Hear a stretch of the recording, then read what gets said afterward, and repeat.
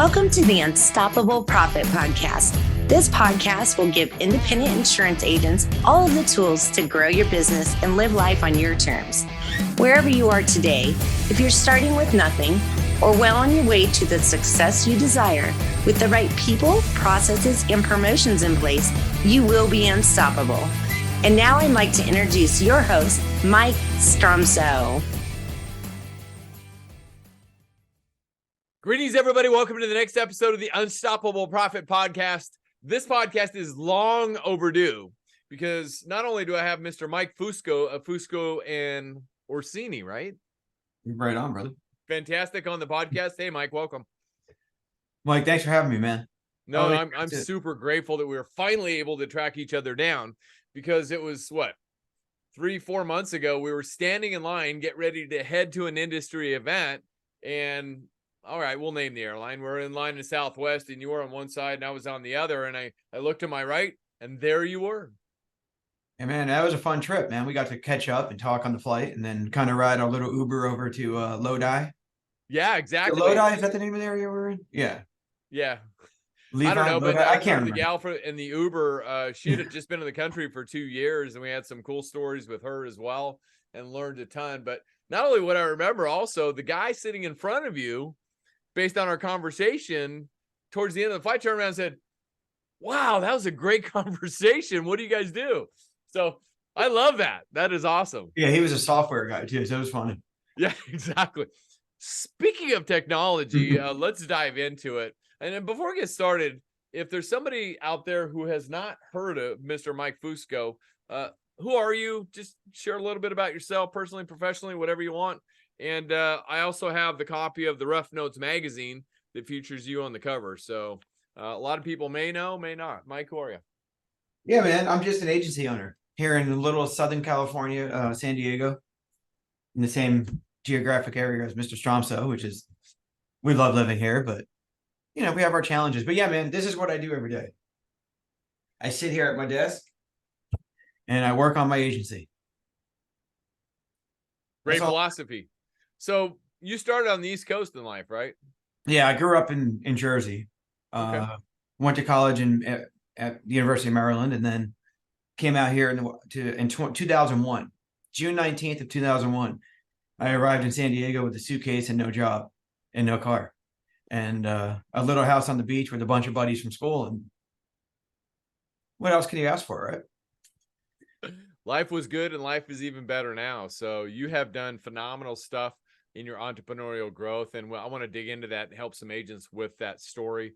And I didn't understand it, but now I understand it. Coming from Jersey, why you like hockey, ice hockey specifically, and you've got a family now, and you like to get out there and coach and you know, play ice hockey and hang with your kids, and I think that's fantastic. Just love that. Thanks, brother. And so let's dive into what supports all of those activities, which is the agency. So give everybody a little taste of who your agency is, personal lines versus commercial lines, and the breakdown. Yeah, man, we're not real heavy in personal. I mean, we've never been a personal lines agency. We have, you know, one great soul. Her name's Joanne, and she's awesome, and she takes a lot of bullets these days. But she's our personal lines broker, and you know, she does all the servicing and renewing.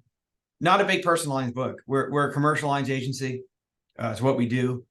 Most of our personal lines accounts are cross-sold from our commercial lines clients. You know, they've asked for help with their homes, their autos, and their umbrellas. That's why we write that. Besides that, we don't market it. I never have. We write a lot of P&C and benefits. We have a growing benefits team, up to 5 people now in that division, which I'm very proud of considering we started in P&C. But yeah, man, that's what we do. A lot of our clients are what we call core clients. So they're 5,000 and under commercial lines revenue as an account. So, you know, from there, we have what we call our enhanced clients, which goes from 5,000 to 25,000 of revenue. 25,000 to 50,000 is our key clients. And then 50,000 and above, which we now have 10 premier clients in the agency. And they generate 50,000 and more in revenue. Of course, Mike, as you know, being that you're an agency guy yourself, you worry. Those accounts keep you up at night because you don't want to lose them, right? But correct. I think we have I think our spread of accounts throughout is where we want it to be. We want to try to grow, enhance, and keep. That's what we're shooting for. That's been our goal the last 3 years. But yeah, man, that's what we do. That's who we are. Yeah, and for everybody out there, this is not intended to be an insensitive comment, but I was my mind was shifted, and it's all about our mindset, right? Our mindset's our skill set and how we think about things. But when I hear that kind of comment, my first question that comes to my mind is, how many team members do you have? 22.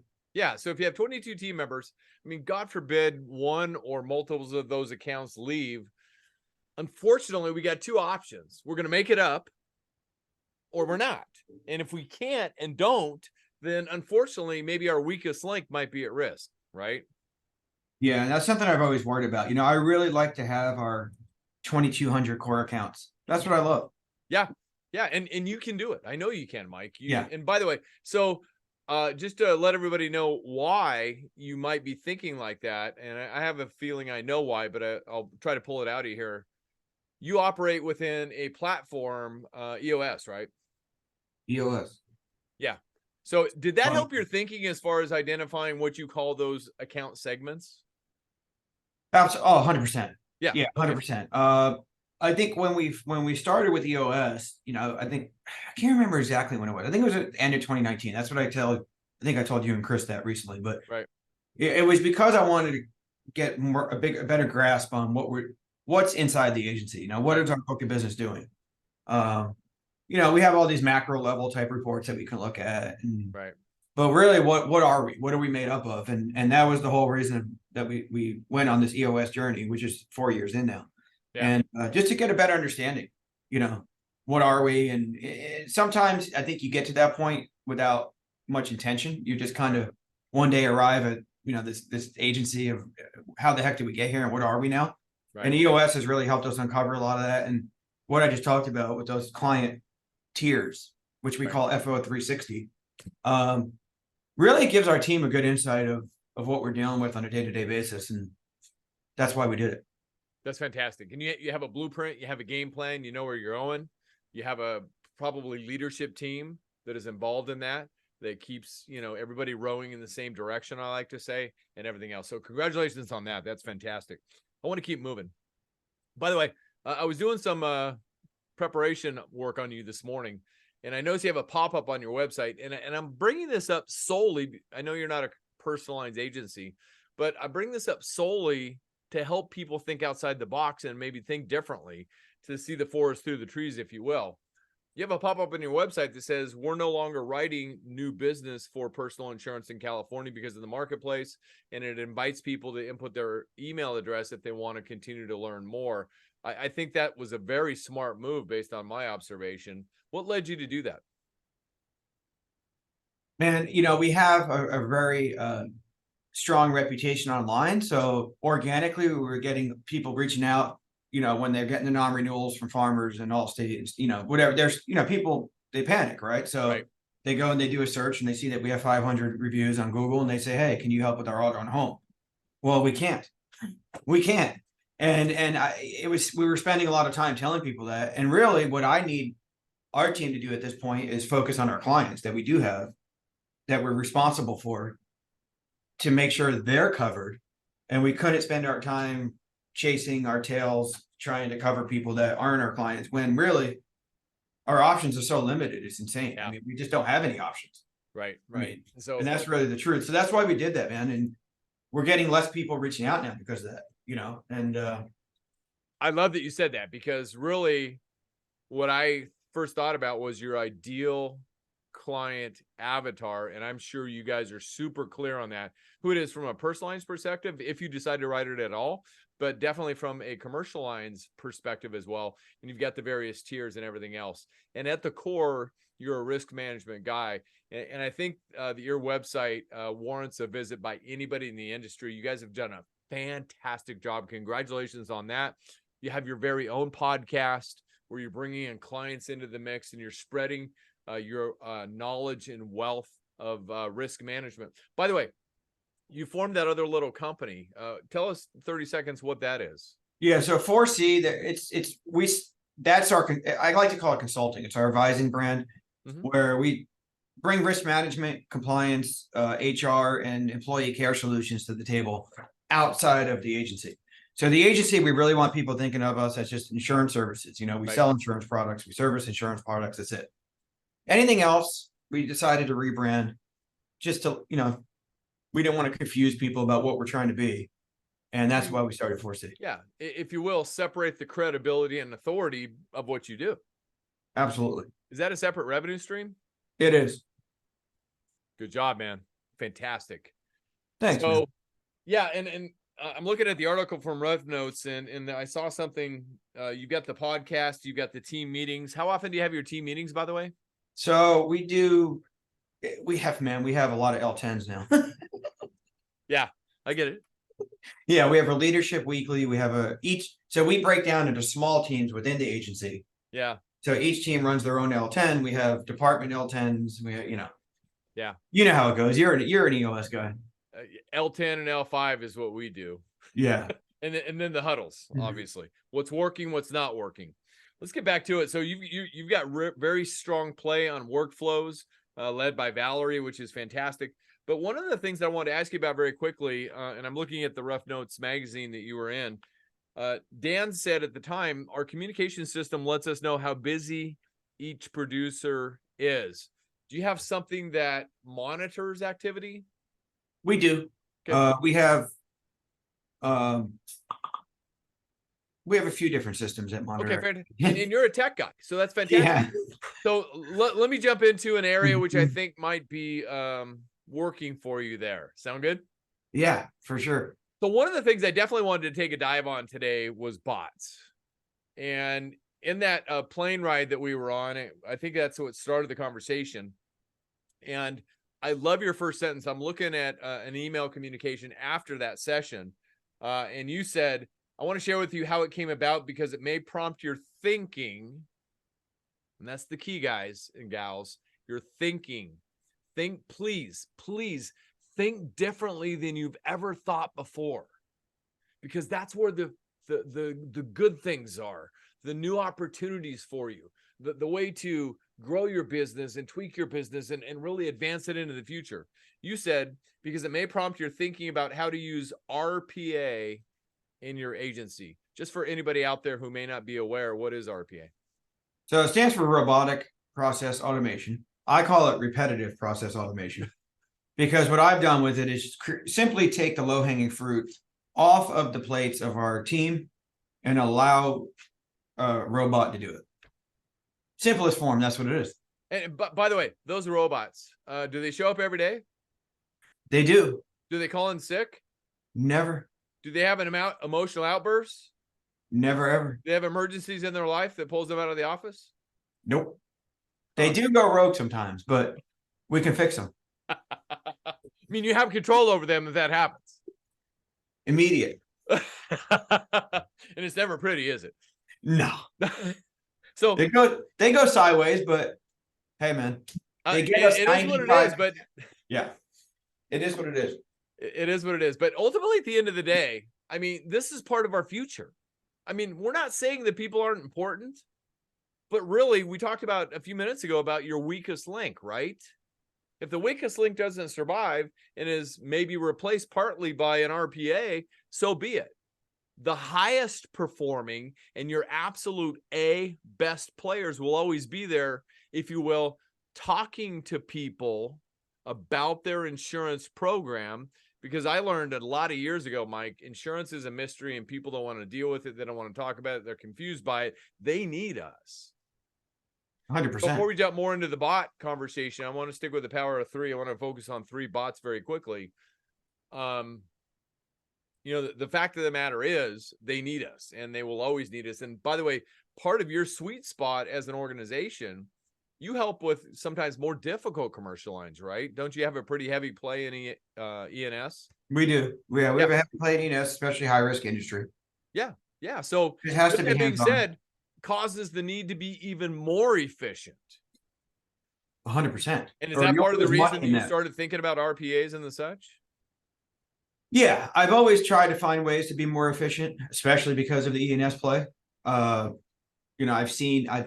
worked in situations where there was no efficiency in ENS, and it can really get you going sideways, man. I mean, you could lose money real quick if you don't have your eye on it. But this is just another step in my goal to become the most efficient, most productive, high level working agency from our people standpoint. And you said this before, Mike, and you're right. You know, you got to elevate your people. And I mean, something that we've all talked about the last 3 years, especially, is our struggles in finding those people. You can't just hire anytime you want anymore. You got to find ways to use your people to the best level of productivity. And that's why we brought in the RPA. We have 4 bots now, and we're starting to develop a 5th. So you already got through the 4th. That's fantastic. The 4th we just launched. That's Luca Bozzi. That's our cancellation bot. Fantastic. Congratulations. So, I mean, ultimately, at the end of the day, you figured out a way. And just to set the tone for everybody, your agency management system is Epic. It is. Okay. And then you have a CRM that's compatible with that, and the bot's working in and around that, right? And the only reason it's compatible at this point is because of the bots. Right. Okay. So let's dive in. Okay. Bot number 1, you've been researching bots, and then both of our great friend, Mr. Jeff Roy, was talking about them. And then, you have the thought process of breaking down repetitive tasks that are foundation and then using the bots to complete them.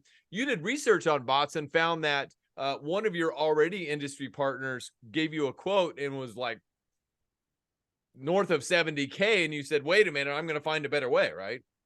Oh, absolutely. Yeah. So you did. I mean, that's why Mike Fusco is who Mike Fusco is, because Mike doesn't take it lying down. He finds a way, ladies and gentlemen. So congratulations, Mike. Thanks, man. Yeah, I just went for it, Hey, you got 2 options in life, right? I just went for it. Go for it. I mean, we don't ever want to leave any regrets. Okay. So bot number 1 works off the renewal list. Share just a little bit more about that, if you would. So yeah, man, all bot number 1 does is it works off our renewal list in Epic, and it works, I think it's 120 days out now. Yes. So all it does is takes the renewals. Like today's October 11th, it's working in February, takes the renewals and puts them right in our CRM, because we work all of our renewals out of our CRM. We knew that's what we wanted to do. We knew that's where we're going to get the most touch points in automation. So it takes them and it puts them in our CRM, and they're ready to roll for our account managers the next day. So does your workflow also build in, let's say that the client doesn't respond to some of the automation touches, do you have an offline, if you will, piece where an account manager might circle in and make a call? Yeah. So it's not very often that happens, though, because we do have, we have text outreach, we have email outreach, we're hitting them from different places, right? So, and really text is our best form of communication in terms of response. When we have those outreach about our renewal and we're touch pointing them and saying, hey, we need this, or this, or look out for this in your email. It's because our text messaging is so dialed in. And that's why we really want to use Pipedrive. And that's why I needed that connection, because the AMSs, not that I know of, have the ability to text message to the level that we want to text. Very conversational, very pointed, from our desktop phone number. So it's a number that people recognize. It comes from each team's line. It's extremely pointed and it's very conversational. And that's why we use that system. And that's why I needed those bots to move that data in there for us. Saves us 6 to 7 minutes on each deal. Wow. And multiply that times your team members, 22 of them, times the number of working days in a year, roughly 240. Do the math very quickly. Exactly. Brilliant. So what I heard you say, what you're doing, you're using automation to the beginning of the heavy lifting, and it's leading everything to happen. And you've trained your marketplace, but bigger than that, you're investing in the back-end technology as well to support that and lead that. And you use very smart people who are trained, who you consistently train via your platforms, etc. Brilliant. Great stuff. So bot number 2, it creates accounts in your agency management system off new deals into the CRM. Yeah. So we have 2 pipelines in our CRM. We have a new business commercial pipeline, which that's the one that gets the most activity. We also have a new business personal pipeline. Now, bot number 2 works in real time. Okay. Bot number 1, by the way, does this work overnight. You know, we're all sleeping. We're having fun. You mean they're limited by the number of hours per day too? Isn't that awesome? In fact, Bot number 2 is just combing our system every 5 minutes and it says, okay, here's a new deal that we haven't seen yet. Here's a new account that does not exist in AMS, and it creates it in AMS, right? So all that double keystroke that we hate to do, and putting the person's contact information, email, phone number, address, type of account, the bot does it for us, and it does it extremely consistently, accurately, in the same way every time. So now 2 things can happen, right? Our broker wins that deal. You know, they become a new client. Now it's all set up for them already.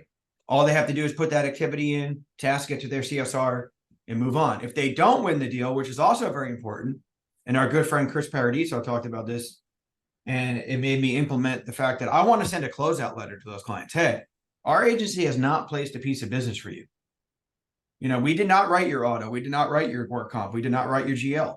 I want to take that activity and I want to put that in the AMS also, though. Right? Even if they're not a client, I want to have an account in the AMS to drag that activity to show that we sent a closeout notice, and it now lives in our AMS, which is our best form of documentation, right? That's where we want to have all of our stuff. So that's what we do with that. So bot number 2 just simply creates it. well, I mean, maybe we can get a side conversation. I'd like to meet bot number 2 and have a conversation with them and see if they can up their game. They need to, right? Bot number 2, by the way, can we go ahead and, make a goal for the coming year?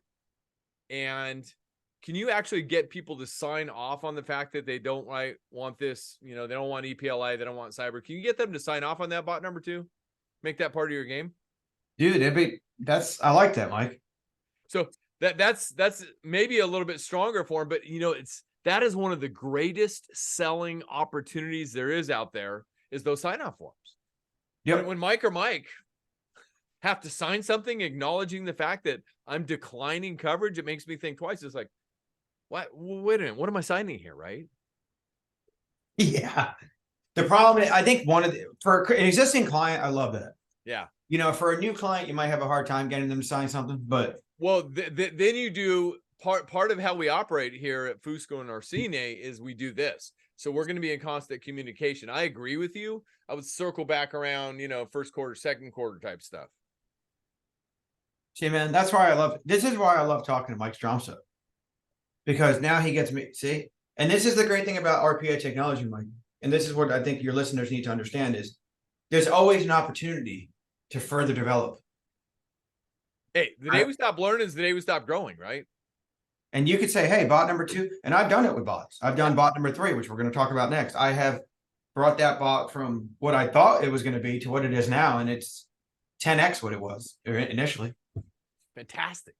So 10x by bot, 10x to agency, works really well. It does. Fantastic. By the way, a question that came to my mind a minute ago, and you may or may not know the answer to this, and if you don't, that's fine. But do you think the bots work obviously with your agency management system and CRM? Do you think the bots can work with any agency management system and CRM? 100%. Okay. So you obviously found an outside company. I'm not going to ask you to drop that, but who makes these custom bots for you? Yeah. And I'm happy to drop it. If anyone ever wants a referral, there's others out there too that I tell people, hey, call these 4 or 5 companies, see who works best for you, right? Okay. Might be a better fit, but yes, the company that I use, they've developed custom bots, and they'll do it with any system. It doesn't matter which system it is. That's the beauty about a bot. The bot, it can teach it to work anywhere. Right. Based on your criteria, the way your agency works, et cetera, et cetera. That is fantastic stuff. Thank you, man. So let's get on to bot number 3. Now, does bot number 3 only work 8 hours, or does bot number 3 work around the clock, or different personality? Bot number 3 is an early morning bot. And by the way, they're the onboarding bot and probably the best creation you had. You said this is the best creation we have, but this is a few months ago. That may have been overtaken by bot number 4, your new one. Go ahead. Bot 3, the onboarding bot. Yeah, bot 3, the onboarding bot, works in the mornings because we don't want to disturb people. Because bot number 3 does communicate with our clients. It sends emails. Got it. And what it does is it sets our clients up in our CSR 24 portal. It gets them the credentials. with their email and a password, which by the way, it changes every year for them. And then it sends them a copy of our client perks with their verification of coverage, which is on an Accord 25 form or an evidence on a property form. And it sends a welcome email from our CSR to the client, welcome them to the agency with that information. That is fantastic. So, and then I'm also looking at something. You've got a mobile app. You have a FO360 offering. Is that a risk management opportunities and so forth? Yeah, so that's changed a little bit. We call that our FOA client perks because of 4C. 4C kind of overtook FO360. But yeah, man, we do have perks that we'd like to advise people what we have to offer. Yeah. Right. I mean, we are in the business to grow, right? I mean, well, I mean, it would be completely unfair if we didn't let them know about it. Yeah, because then what if they found out, you know, they're like, hey, why didn't you tell me about that? Oh, well, I mean, the last person we'd ever want them to hear it from is another insurance professional. Correct. And I'll tell you one thing, man, and you know, we've had this push the last 4 years to get people to use the client portal, because we know that when we issue an COI, when we issue an AI, when we issue a policy, whatever it is that they need, we want them to have access to it 24/7 in their client portal so they can gather it, ID cards. Because if they're in a pinch, or if they need to give that cert to their client, or if they need to get on a job site with the ID card, or if they need to file a claim on Saturday, now they can go to a place where it's always there for them. And this onboarding bot has really helped us push that drive forward, because now it's telling people, hey, here's your VOC attached, but once your policy is ready, any AI that we issue, we're going to file it in there for you. So get used to entering in there and gathering that data when you need it, you know, pulling that information or accessing it whenever you need it. I can't believe we're at a half hour already, by the way. I know. When I talk to you, man, it's like the days go by so quick, Mike, you know? Thank you, Mike. So just for everybody, because you said that and I'm looking at it in written form, what is a VOC? Oh, I'm sorry. Verification of coverage. Okay, cool. You know, they're proof. Yeah, I was going to do some quick math. And in case anybody out there is envisioning, wow, I want to check this out more. Bot number 3 only. We're not talking about semi-lazy bot number 1 or full-blown kick butt bot number 2. I hope the bots aren't listening. But bot number 3 has saved your team thousands of hours annually. So let's just pick a number 2,000. Okay. So 2,000 hours times, we'll just throw out a number, $20 an hour. That's $40,000. Yeah, but by the way, the bot cost me $350 a month. That's what I wanted to get the point out. Still do the math, right? Let me think about that. $40,000 or $350 a month. I mean, oh, and we're not including in that $40,000 figure the aforementioned. Sometimes calls in sick, sometimes has emotional outbursts, sometimes makes mistakes, et cetera, right? And all the time needs payroll taxes, and all the time needs benefits. And of course, the government needs to make money off that person. So, right. Don't give them the idea, Mike. This is add another 10 grand to that one, right? So I hope that helps you think a little bit differently about things, everybody out there, because, you know, the same opportunities out there for all of you. And Mike, let's go to the customer and the prospect in the community marketplace for a second. Have you heard once that they're not as satisfied because of the work the bots are doing? No, never once. Never even an inkling of it. In fact, they're way more. I think our client satisfaction levels, and we look at them, you know, do you have back end analytics? Yeah, we measure this stuff, and we're I mean, I want to be higher, but you know, we have some pretty high scores, man. I mean, you know, we're in the 90s in our yeah. And even I'm sure you guys, you know, Donna, you know that's great. I mean, our sentiment scores are in the low 80s. So we're doing all right, man. And we've never had a client say, hey, you know, it sucks that you're reaching out so much to me and consistently with good information. Yeah, they're never going to say that, dude. Over communicate, you know. Aha. Don't get me started on that one because I got a big opinion about that. Let's get back to it. So as we begin to wrap up, and like I said, before we started, I could go on with you for 3 hours easily because there's so much great stuff that you're doing. Congratulations, by the way. And I know you're just getting started, and there's lots of information out there online, I'll just say, about Michael Fusco and the amazing things he's done. It's on you to go find it.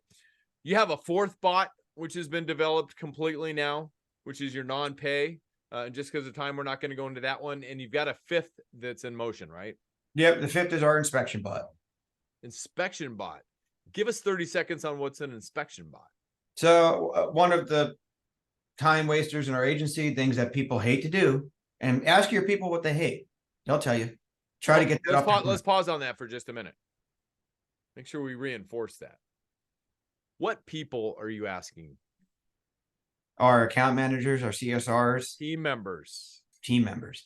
Ask the team members, what are the things that hold you back in your professional advancement as an insurance professional? What are the things you hate to do? Suggested wording out there, everybody. I hope you wrote that down. If you didn't, stop, pause, rewind, ink it, don't think it. So you asked your team, what are the things they hate to do? And that's where you begin this bot building adventure, right? Absolutely, man. Inspection bot, go ahead. So inspection bot, Mike, if you've dealt with P&C and commercial lines, you know that inspections, people don't call them back. People tell the information different than what you wrote the policy is. There's an endorsement AP. There's this problem. There's that problem. And there's every other problem, right? And then the policy goes into cancellation for non-payment because they didn't pay the AP. They weren't expecting it because they don't understand what an inspection is. You got it right on, bro. Experience, man. I remember from an inspection standpoint, I'm going to date myself a little bit. Back in the 1980s, when people used to go out and inspect property. Well, they still do, but I mean, back then they inspected every property, I should say. And I got a memo from the underwriter, some of our fave people in the world, right? Said, we're going to cancel this policy because of the inspection, blah, blah, blah. And I said, BS, I know this property inside and out. And I drove out to the property. Long story short, I found out the inspector had gone down the road. The property was right to the left, had gone further down the road and took a picture facing into the distance. And of course, there's brush in the distance, but it was like a mile away. Anyway, I digressed. But anyway, the inspection bot. So fantastic. Do you have in your vision, Mike, what bot number 6 is going to be? I would love a client-facing chatbot, but one that is very intentional, that can actually deliver data from their account. Yeah, that's fantastic. It's hard. This is a very hard one because there's a lot of privacy laws and things like that go into this that you have to be careful about. But man, I'm thinking, that's the one I love, but I do, we have, audits are a problem. Audit bot, what can we, and even if it gets us, Mike, and you said this early on, and I want to make this clear again to the audience, even if it gets you 80% of the way there, 85% of the way there, right? The inspection bot, the non-pay cancellation bot, the onboarding bot gets us 100%, but these new bots that I'm developing, they're not always going to take care of 100% of it. I want to make that extremely clear. But if it can do 80 to 90% of it, and then your team does the 10 to 20, you're still way ahead on a lot of these inefficiencies. Right. And that's what these things are. They're inefficiencies, and every carrier is going to do it different. But if you can standardize your process and then insert a bot into your process to make it a standard operating procedure for your agency, right? Standards, procedures, and workflows. Boom. You're 85% of the way there. You're golden. Yeah. You're golden, brother. Our cancellation non-pay bot takes care of all of our non-pay cancellations 90% of the way. I mean, where our team doesn't even have to touch 9 out of 10 of them anymore. I mean, that's a win. That's an absolute win in my opinion. So just some things that that's the way I think. And I know that's the way you think, man. And I just think the audience needs to think. And, as agency owners, I mean, we need to find ways because costs of doing business are higher than they ever been. Insurance companies are looking to pull back on us. It's not as easy to hire anymore. Where can you improve your agency so that you're more relevant in the next 3 to 5 years, which is going to be, I don't think it's going to be an easy 3 to 5 years. I'm just saying, I don't think it's going to be easy for the industry. That's just my own take. I don't disagree with you at all, but I also believe, and this is my personal opinion, that those who are forward thinking, those who are willing to change, those who are willing to think differently and do something new that they've never done before, to become even more uncomfortable and are comfortable with that discomfort and everything else is surrounding that, will win more. They will achieve more. And there will be some who can't play the game, who will want to get out, and they will win more because of that, and so much more. Dude, I just have to ask you one last question as we wrap this up. Go ahead. I can't agree with you more, though, man. No, and we're seeing wins here. Like our new business, how many weeks have we been through the year? I mean, I think we've only missed our revenue goal 3 weeks for new business commercial lines this year. I mean, we're getting the wins, because we're there. I mean, our process is there, and it's easy for us at this point. I'm saying as an industry in general, and you're right. People need to you need to do different things right now, man. You need to be different because it's not the same. This industry everything's changed so much, but I'm sorry. I didn't want to interrupt. You said you had no. Hey, this is an open collaboration, man. It's all good. I'm looking at the time. Like I said, we can keep going for 3 hours and I want to respect everybody's time out there. Last question for you and we'll wrap. I'm an EOS guy. You're an EOS guy. Do you have somebody in the agency who owns the bot operation? Okay, so one specific person who inspects what they expect, trust but verify, and all that. That's the best question I've ever had on bots. And yes, it depends. So the onboarding bot, our service manager looks at an Excel sheet every morning. The two apply to pipe drive bots, our sales manager, our PNC manager looks at it every morning. The cancellation bot, for now, because it's so new and I'm the one that built it, I look at it every morning. And then, the inspection bot will be whoever. Eventually that cancellation bot's going to go over to my service manager. She's going to be the one who looks at it. And at this point, man, it's 30 seconds to 60 seconds every morning. They can see right away if something went sideways at this point. When we first roll out, you really have to look at it. You have to go through. It takes time. I mean, you can't just set it and forget it. That's not what this is meant to be. This is not a set and forget it. Back to the 80-20 rule. I mean, 80 to 90% of the time is on point, but there's going to be that time. That's why you got to inspect what you expect, or trust but verify. Kind of the same thing. Ultimately, at the end of the day, hey man, if you're watching this on our YouTube channel, by the way, you'll see what we just threw our fingers up, which means we second or we agree. But, ultimately at the end of the day, that's it. And I got to say this because of something you just said wisely, Mike. He is leading and learning about the non-pay bot himself before he passes it off to somebody on the team. I learned this back in 2002. Do you remember the little scanners? Well, 2001. I don't know if you're in the industry yet, but anyway, we had these little scanners on our desk that were like about this size. And if you're watching this on YouTube, I'm holding up an 8.5 by 11 piece of paper and I rolled it up. We had scanners on our desk that were this size, right? But before I put one on everybody's desk, I had to learn how to use it myself, because the thought process is this: you can't teach somebody else how to do anything unless you know how to do it yourself. I'm not suggesting that you do it for a long period of time, but you got to have knowledge. And what does that give you in teaching and training somebody else? Well, it gives you confidence. I've done this myself. I know how it works. And these are the nuances, and these are the things to look out for. But as anybody in a leadership chair, you have to take that thinking into it. It's so vitally important, and wisely you do that. Great job. I do. And I do that with almost everything in the agency. So, but that's a great point, man. And I've learned my lessons the hard way on that. Trust me. I've learned my lessons the hard way. So I mean, you had pain like I have. Oh man. Yeah. Hey, look, you're the one you learn, right? We just 100%. Want to limit the pain. We'll let the 100%. Bots take the pain. They don't care. They don't know. They don't feel pain, brother. They don't feel pain. Yeah, they're like back to the fingers, like Mr. Spock. My dad was a Trekkie, right? So you're acting emotional, Captain Kirk. We're way off track here. Mike Fusco, thank you so much for being with us today. Absolutely unstoppable you are. Any last parting words? You're the man, Mr. Stromsoe. I always enjoy my time with you, man. No, you're the man, Mr. Fusco. I equally enjoy the time. One of these, I'll see you, I think, next week. So I can't wait. thank you. If you are dialed in for Be Unstoppable Bootcamp this year, Mike will be there. You can shake his hand, congratulate him. You can learn maybe a little bit more about bots. I'm sure he'll have to eat, wink, wink, or needs liquid at some point, wink, wink. But we're super grateful that Mike continues to invest in himself to become more. Because like we talked about earlier, the day you stop learning is the day you stop growing.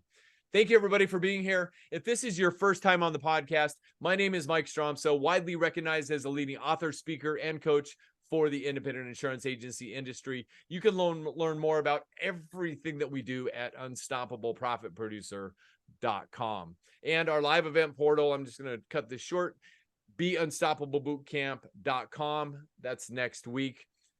Everything we do in our programs is designed to share with you some of the best money-making strategies developed over 35 years of research as a proud 100% of the time independent insurance agent, so you can grow your business, create wealth, and have more freedom to live life on your own terms. And if you haven't gone there yet, go to unstoppableprofitpodcast.com. Go up to the top and click subscribe so you don't miss one valuable episode. And if you got great value out of today's podcast, I strongly encourage you to share Unstoppable Profit Podcast with somebody you care about, another agent, another business for that fact, because business principles are business principles, right, Mike? 100%. And that's what you're doing with your commercial clients. You're teaching them business principles and they get loyalty and allegiance with you. Aha. Good job, buddy. By the way, I don't know if you have one of these. That's a gold nugget moment. Thanks to you, Mike Fusco. So anyway, please make sure you go and share that URL, unstoppableprofitpodcast.com. And we're also available on all the channels out there, Apple Podcasts, Spotify, Stitcher, our YouTube channel, and beyond. So check us out. We can't wait to help you every week with the gold nuggets like those dropped by Mr. Mike Fusco. Mike, thanks so much. Good seeing you, brother. Good seeing you. Look forward to seeing you in person next week. Ditto. I will be there and I will be ready. Guaranteed. You always are. Get some rest. All right, everybody. Until the next time, you got this. We believe in you, but you got to take action. We'll see you on the next podcast. You love the podcast, but don't know where or how to get started? Come join our next virtual training while seats are still available. Register now at uppfaststart.com. That's uppfaststart.com.